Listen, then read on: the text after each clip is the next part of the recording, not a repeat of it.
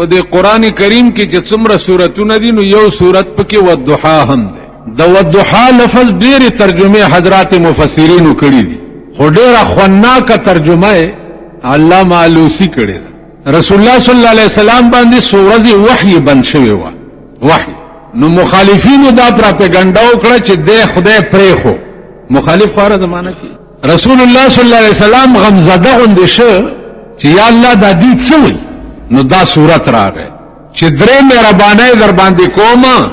او بیا د درې قسمه خلقو به خیال ساتي. په دې صورت کې دا الله د درې مهربانو ذکر دی په جناب رسول الله صلی الله علیه وسلم باندې، او بیا د درې قسمه خلقو ذکر دی چې تبه د دې درې قسمه خلقو خیال ساتي. والضحا اوس خبره د پیغمبر تسلی کوي او دې شفقت او دې مینه ته ګوره.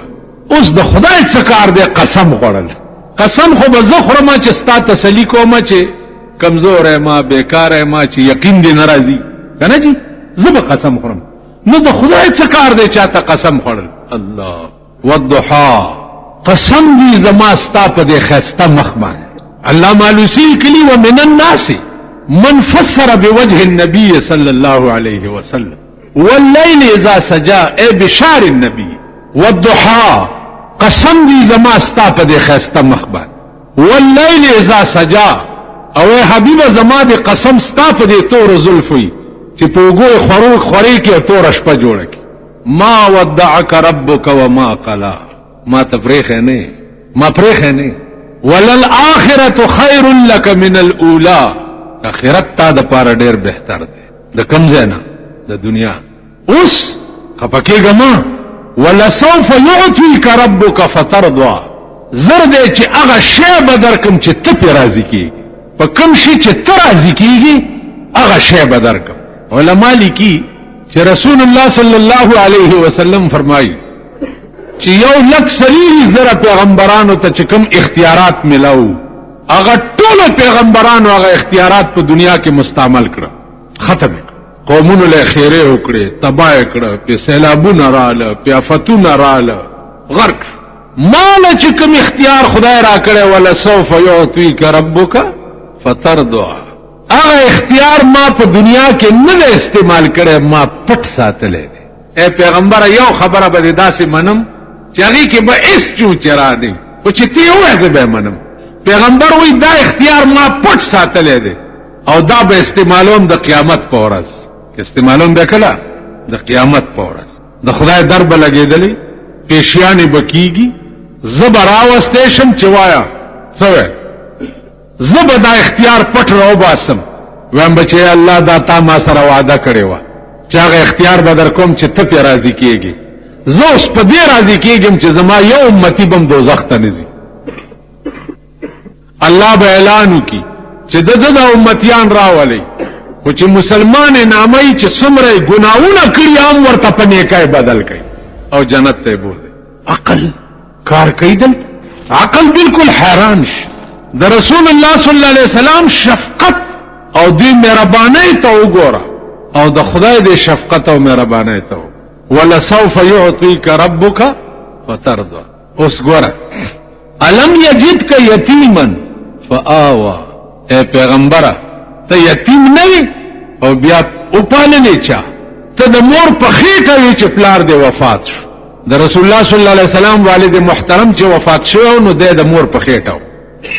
او بیا ته د شپږو کالو وي چې مور دې وفات شو نو د شپږو کالو په عمر کې یتیم او یسیر دواړه شو. نو الم یجدک یتیما فآوا ته یتیم نه وي. اوس چې ته یتیم وي او چا دې سټیج تراوسته چې د ټول کائنات بادشاہ جوړ کړي نو تباوم د یتیم خیال ساتي. تاسو پوه شئ په خبره الم یجدک یتیما فآوا یتیم وي او خدای دلا دومره لوی مقام درکړو اوس به تم د یتیم خیال ساتي. ووجدک ضالا فهدا د تفصيلات د دین نه ناواقف وي د دین تفصيلات تا ته معلومو فهدا ټول تفصيلات د دین درته خو قرآن غوندي کتاب می در نازل ک او د الف نه تر یې پورې می په عرشی پوي کړي. اوس به تم د سکه چې د تفصيلات د دین نه ناواقف وي او ما په پوي کړي نو تبعو په تفصیلاتو د دین باندې اوس خلق پوهه ستاکار بمدای ووجدک عائلا فاغنا رب بیا غریبم وي د روټای درک بدیم نو فاغنا او بیا د روټای درک درته چا پیدا کړو ترې درته سبب جوړ کو او د ابو طالب په کفالت کې ور کړی بیا د 25 کال په عمر کې بی بی خدیجه درته په نکاح کې راوستا چا د مکه لوی تاجر وا ا دې په نکاح کې رااله نو د بی بی خدیجه ټول تجارت چې استا په ملک کې را زما عزیزانو ووجدك عائلا فاغنا فاما اليتيم فلا تقهر ته یتیم وي او یتیمی دې په خپل لیدل دا خبردار چې په یتیم چرته قهر ونکي او غصه پیو په یتیم قهر کول غصه کول دا د خدای عذاب لا دعوت ورکول یتیم خو پرېږده اسی غریب او خوار داغه د خدای په منځ کې اس پرده نه اس پرده د غریب دل ازاری کول دا الله او داغه په منځ کې اس حائل نه داغه چې د رای راس اسمان ترس رای راس او زما عزیزانو په دې اختر کې د یتیمانو خوارانو غریبانو د دې به خاص طور خیال ساتي ګور اختر یوازې دی نه دی چې ته خپل سکور او خپل بچی او خپل ځان په جوړ دی نه اختر دی دی چې بل په جوړ د بل کور په جوړ نو دا اصل حق دی د مسکین که خیالو کې دی ورځو کې د سیاسي ډلې اعلانو کې چې سرسایا او سرمنی چې دی هغه پلانې ډلې لور کوي خیال امراغي دي خبردار ستا په پاکستان کې دی وخت کې څومره سیاسي ډلې چې دي څومره دی له سرسایا ورکول یا سرمن ورکول دا تا د خدای ورمید مات ا دې مسکین حق دې ته سیاست چم کېلو لغله ورک یو سیاسي لیډر خو ته ما سره کېنه یو سیاسي چې ما سره خبرې وکي او ما پر کې اول به سرسایا ورکم او د قربانای سرمن بم ورک یو خبر نه یې د جاندار پښنو چا او تور چا او مستی لیډرانو په تاسو کې لوبه وکړي لوبه درکې وکړي دا په کولاو غوډونو واوري د سپو تجربه په 15 کال کې ونشو چې دې سرمایدارو د سپو غوندې تاسو استعمال کړئ او بیا په بنگلي په دروازه کې د سپو غوندې ولاړې څوکیدار دې دننه نه پری قرباني غدا غزاد نه چې د چا دروازه 24 غنټې تا ته کولاو دا زیاده چا دې چې دا تاسو پکې ناس اوس په دې پوېږي چې نن په جمعه الوداع کې تاسو راغلي یې تاسو لڅ ملاو شو دا پوېږي تاسو هغه ځن طلاق سره چې ګرځي خو درته د زوی چپړاسي توبم نه ملاويږي کملاویږي ها شین مرچکه په ټوله روزه کې په 100 روپۍ کیلو مونږ راند شو په شین مرچکی په پټوله روزه دا غټ مرچکی په 80 روپۍ کیلو وکنو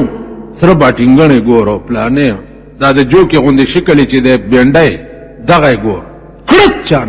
نو دنیا کې درته بینډای ملاو نشو او نشین مرچکه ها او منډي دی ولا سمره والدي په دې لا شل ورځ خوارای کې تاسو ته پته ده چې نن ورځ تاسو ته سملو نن رسول الله صلی الله علیه وسلم فرمایي چې من صام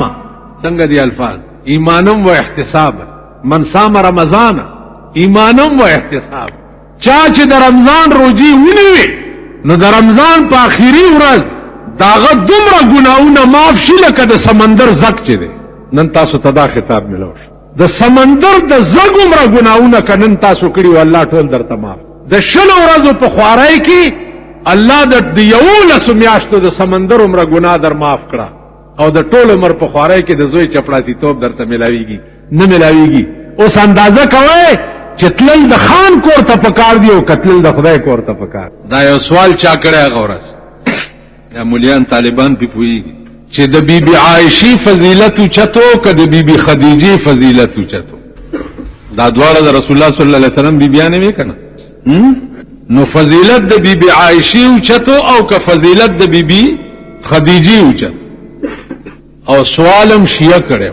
هغه خو بیبي عائشہ نه منی کنه اسانه خبره تاسو دوا پکار ما ورته وی چې بیبي عائشہ چې وا اغا د نبوت بیبي وا د محمد بیبي وا خو ور سره د رسول الله بیبي مو سوا بیبي عائشہ چې وا د محمد رسول الله بیبي وا او بیبي خدیجه چې وا غ یوازې د محمد ابن عبد الله بیبي وا بی بی خدیجه چې په نکاح کوله په دغه وخت کې رسول الله پیغمبر نو د 15 کال عمر یو پیغمبري ورته لا نه و ملاو نو دغه وخت کې محمد ابن عبد الله او بی بی عائشه چې په نکاح کوله دغه وخت کې محمد رسول الله نو فضیلت د بی بی عائشه اوچته ځکه چې دا د نبوت په کور کې راغلی دا او هغه د محمد ابن عبد الله په کور کې راغلی اکبر ما ته وی چې د دې جواب خو ما سره نشته مال بل سوال کوا بل وای خبره داس د کوي ول حضرت علی بهتر او که حضرت عمر بهتر څو ما آسان خبر الامر اوضح حضرت علی مرید او حضرت عمر مراد حضرت علی د پیغمبر مرید او حضرت عمر مراد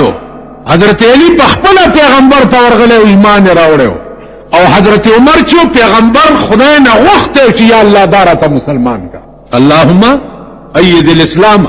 باحد العمر نو چې کوم سړی پیغمبر د خدای نه غوښتي دا غرت به اوچته یو کنه چې کوم سړی په خپل راغلی دا غرت به اوچته نو حضرت علی نه حضرت عمر رتبه اوچته و ځکه چې پیغمبر خدای نه غوښته اشیاء ماته وی چې په مولانا صاحب ته دومره لوی فلسفي خبره نه ده نور سوال کا نور و نو بس دا خبره زده چې یو بيدینه سړی در سره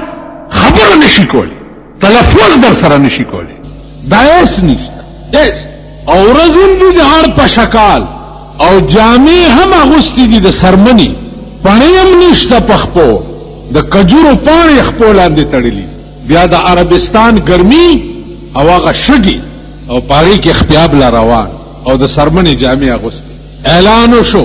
چې جهاد د پاره تیارې وکړي ستا په پاکستان کې 15 کال وشو چې اعلان شوی د کشمیر د غزا 15 کال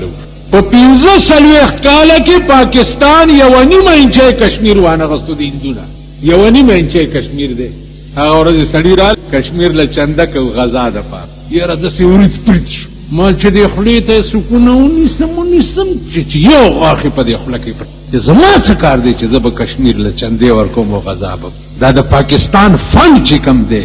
دا د بنظیر د میړه د نوی چینل د پاره دی چې په ډیشن ټینا باندې شروع کړي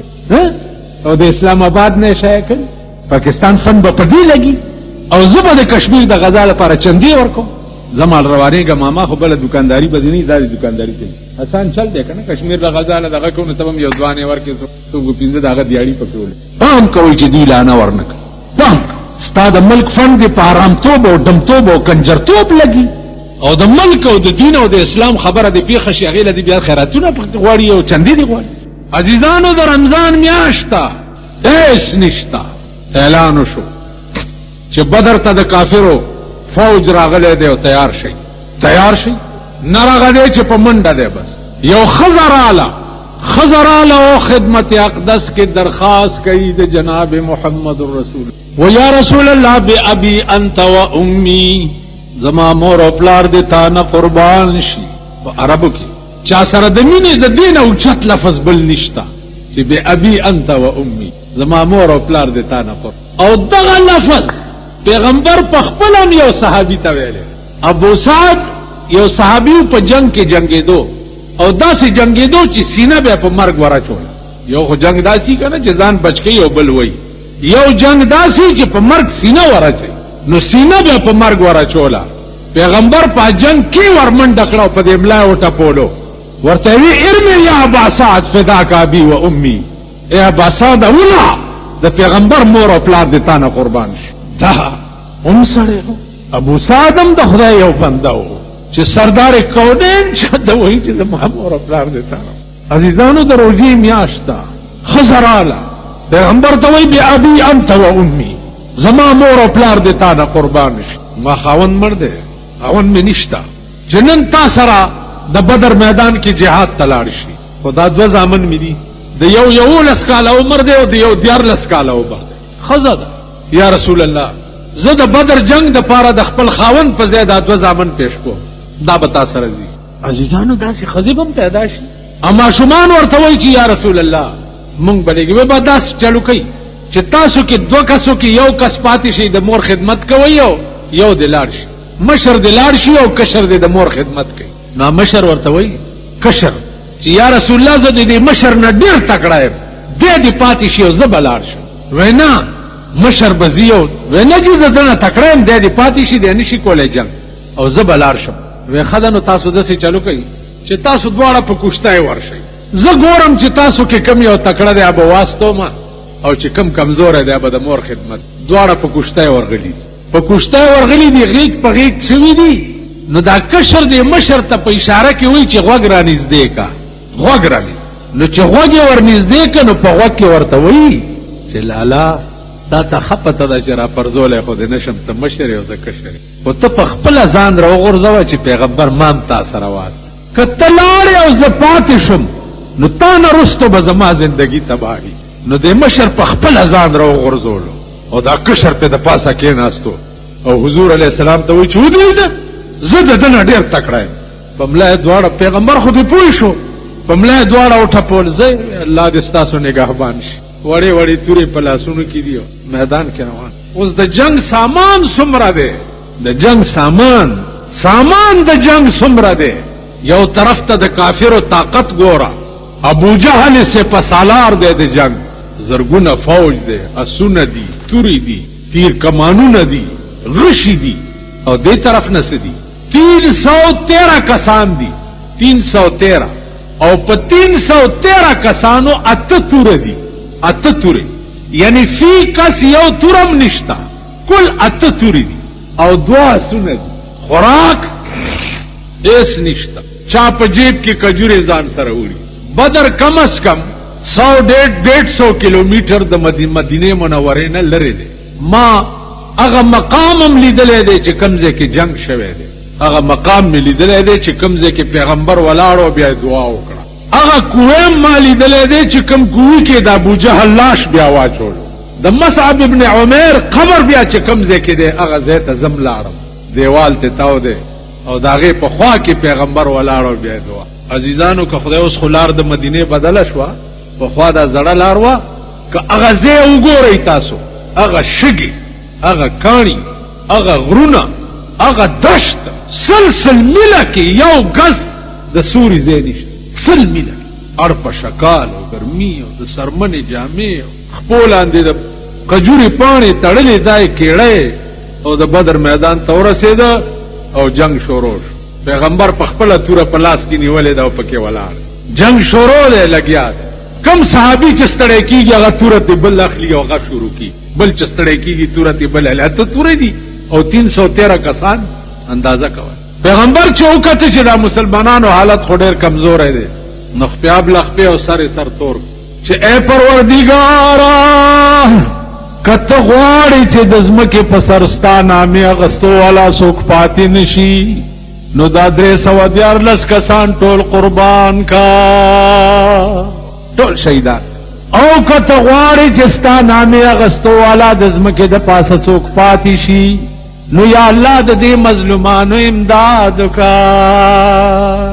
بچ دا الفاظ وی 15000 ملائکه د اسمان نه راځي قران کې راځي کا ب5000 من الملائکه منزلین 15000 ملائکه علماء لیکي چې ملائکه پاسونو سوري وي سپین او زیر پټکی والی د کافر نه بسر پریوتو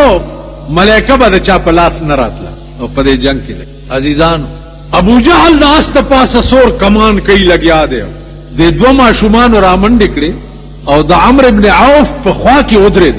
چې دې مجلس کې هغه ابو جهل څوک دی اڅو ویولي ویګور ویل چپ د ټول جنگ کمان کوي جنگي جرنیل دی دا غنو مالي ماشومان لکان یې اس کو نږدې شي کپیا بشي ویلا سی لګور ویلا غ پس پیناس چې سور دی ماشومان چې معاذ او معاوذ ورته وکته ښا ازمون محبوب دنا دومره تنگ دی دنا اوس تماشا وکا ول مزي ول تماشا وکا ورمنډي هغه نګیر چاپیر فوج ولاړو د فوج په خپو کې ورننه وته او ابو جهل ته مخامخ درېد ورته بیا لعیلا او د محمد رسول الله دشمنا تا زمون محبوب دومره تنگ دی هغه ورته دا څوک څوک یې وین مونږ د الله بندگان او د محمد رسول الله غلامان ول څوک مشر کشر نه لري ارا مخ کی کوي ویل الله مشر دے او محمد رسول الله ام کشر دے بللا څوک ویل گزار کوي دا ماشومان ورته وی چې ابو جهل ته گزار کوا مونږ یو دویو ته یوازې بیا به وای چې دوو کسو والم ته کوا خلق اطبق خلقنا حواس بالکل والوته چې دا لا څنګه چل ویل کوي گزار ویل ته گزار کوا ابو جهل چې لاس روچت کو نو د یو ماشوم ورته وی چول عیلا لاس موچت ولاندنه د داس پیټه وشلې دا د سر راټیټ کو سره د عقل خدای چې سړی قمق درې ځای کې دروغ ویل رواج درې ځای یو خزی ته دروغ ویل خزی ته او بیا وسنو خزو ته خو به په سلور مذهبم وای یعنی بیړیم غر کی خزی ته دروغ ویل دا معنا چې د خزی مطالبات د چاپلار نشي پورا کول خدا نن به کم سبا به کم بل سبا په دروغ ورته وخت ور سره تیرې دا روا یو د دوو کسانو د جوړې پټیم کې دروغ ویل جایز یو کس لور شي وغه وی چې کومه داغه خبره دی بل ته یو سی بیا جوړه چرته نه منس کې به لګ دروغ وای دا یو سخت خبره چې کړیا به نرمه کې ترخه کړي خوګه به کې دروغ پکې وای د دوو جوړو پټیم کې دروغ ویل یو د جنگ په وخت کې کافر سره دروغ ویل جایز ولاندنه د داس پیټه پرانیسته شوی دا د سر راټیټ کو چرا ټیټی کو چې پیټای ګوري رستو نه د یو الک لاس ورته او په دې سټي ورته تورا کې خو الله اکبر داس نه کوز راو غرض چراوی غرزولو عبدالرحمن ابن عوف چوکته چوفو دا دی الکانو څوک په منډران او په دې سینا ورته کې ناستو ابو جهل او تورې راوي ول څنګه چل کې اسویم وې تسبیح په لاس کې په جمعات کې ناستل خو فن کوي لیکن تورا پلاس کې په میدان کې ودرې دل ډیر فن زما په خبره پوهیږي تسبیح دی او صاحب جمعات کې چیله شو ګډه شو پلانې شو دا آسان کار دی څه کو ما خامم دل درې من رو جماعت راشي او پښمنی کې مراشيو دا سربیا او غوړې زیړې وایي خبره دی کې دا خبره دا بنیادی پسینه ورته کې ناستو دروځي میاشتا اور په شکال ورځي ورته لوا تورې رويستا ورته لید نور نس ارمان نشتا خدا سر میں لگ وڑو کې دے او خلق بزما سر کتو ترازی نو لاندې دا مړای ور سره کا کته نه غوس کا چې زما سر لګ غټ عبدالرحمن ابن عوف په تور کې خو سره د تنې نتیجه قیامت برپا شو په میدان کې چې ابو جهل مردار عکرمه نامه و د ابو جهل زویو هغه چې وکړه چې زما پلار سره دا واقعیا وشو رامن دې کړو په دې هلکه یو رستو نه گزارو کړو په دې ولی د توري دا ولې تی بیل دې ترخ کې لګا غوندې سرمن اون خطا الک وسمداسي منډي ترډي وای او تورې خلاص کې نیولې دا ورته پته نشته چې مان لاس غوسته دا ورته پته نشته چې مان لاس غوسته او بکړې شي په ایمان لاس در نغوسی او ته د پیغمبر په عشق کې دومره مستی چې تا ته د لاسم پته نه د ځان ته بسره وګور زبا وګورم او تاسو زمولایم او تاسو عوام دي زبا ځان ته وګورم چې زبا د سیو کړې شم زما غو پیړای چې د قبر نه راپاسي والله کې زما د پلارم بیړه تبا راپسې تاسو غ لاس ته غوسته او د لاس پته ورته نشته عزیزانو دا غ استغراق فی الرسول استغراق فی الله استغراق فی الرسول او استغراق فی الشیخ استغراق دی ته وای چې په یو شي کې داسې محو شي چې د دې ځانم درته پته نه مفتی احمد حسن سے خپته غسیدا پلاور کې دا د مولانا اشرف علي تھانوی رحمت الله علیه خلیفہ او ډاکټرانو استاد خپټوله چې دا کینسر شوی دا د نم دی بیخ کې غوسو او غوسه چې نشستنه راوړل دا سدي ول دا د نشستنه ول نه ستن براته نو هغه خپه غوسوي دا څنګه کی ول نه بوي مر بشد ثابت خپه په دې غمانه کې غوسو او نشم ورکو ول تماشا خو کوي تاسو خپل غسول شروع کړئ ډاکټرانو ول لیکلي راکا کدینه تمر شو نو موږ دي ذمہوار نه لیکلي ورک چې ورکړه چې کدینه زمرشم تاسو می ذمہوار نه هغه خپل غسوله خپل غوسه کړه پټای مټای په ولاګوله او د مسکه کېدو کټ ته راوړو سبا ولا سار وختي ټول ډاکټران رااله چا خو به مړی چې کته کټ کې ناستو مسکه کېدو مولانا صاحب خدای ته وګوره اوسم پوي کا تاسو چلو دې نشیدا دومره غټه خپه پرې کېده ول پرېدای مینه حلوه ما ویله وای ول زما معشوقي او حدیث ویلې دي چا ویلې دي زما معشوقي او خبره کړې ده چې زما د امتی په خپه کې ازغیل ارشیم خدای به اجر ورکړي. نو تاسو زما خپه پرې کول او زما نظر په دې حدیث باندې و. نو ما ویل چې یا رسول الله تا د ازغیم خدای تا اجر ویل دی چې ورکړي به. نو ما نه خو ثابت خپه غوسیږي چې مال بل اثر راغی. زما نظر په دیو تاسو خپه پرې کړی په خدای مې د قسمی کپی پوي شوی او د لاس لک سست کړی ما. نو دا د لاس تلې د خپې تلی لاندې کې خو د الله سره ځان نه تور راواغست خو بشي. تاسو خیال را عزیزانو عرض مې داو چې روجا او د اړ په شکال میا او پښمنه په څه کړو د شپې پښمنه یو کجوره صحابه په دوه کس نیمه کړی و. نیمه یو خړلې و نیمه بل خړلې و. سحر له روجم و دا کیسیم کولې دا چې اندازه وکړي. وجاهدوا فی الله حق جهاد. قرآن چې د جهاد لفظ ویلې دی هغه د دې پښتو ترجمه دا ده چې تسبیح په لاس کې په جمعات کې ناستل خو خوند کوي لیکن توره په لاس کې په میدان کې ودرېدل دی. په دې روزه کې سردار کونین په خپل په میدان کې ولاړو او د اړ په شکال خولې ته بيدي او د جنگ کمان. تاسو خیال نو عزیزانو په دې غاویره نشي چې تاسو تراوی وکړي یا مروجي ونیوي